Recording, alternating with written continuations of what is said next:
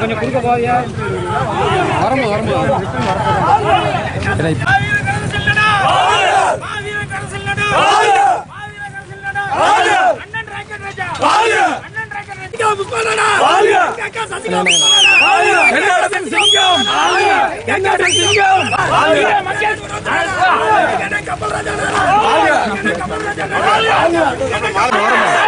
வீர மங்கேஷ்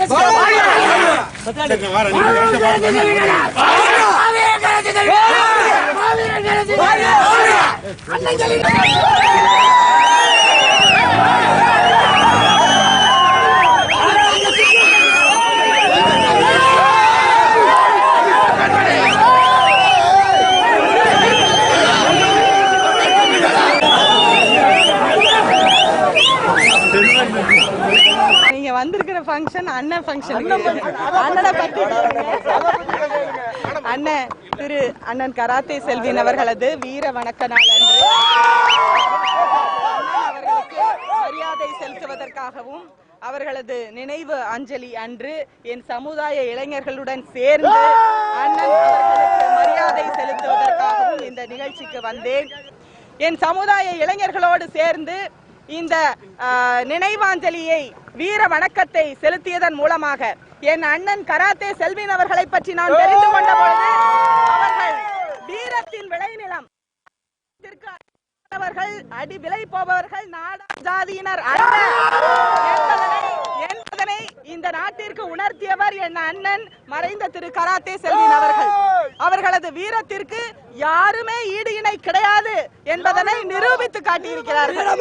அவர்களது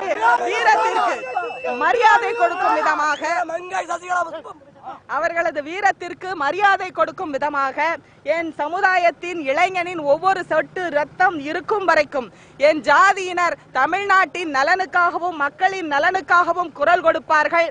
எங்கள் தமிழ்நாட்டில் உள்ள மக்கள் பிரச்சனை எதுவாக இருந்தாலும், இன்றைக்கு ஜல்லிக்கட்டு பிரச்சனையாக இருந்தால் என் சமுதாயத்தின் இளைஞன் நிச்சயமாக முதலில் போராடுவார்.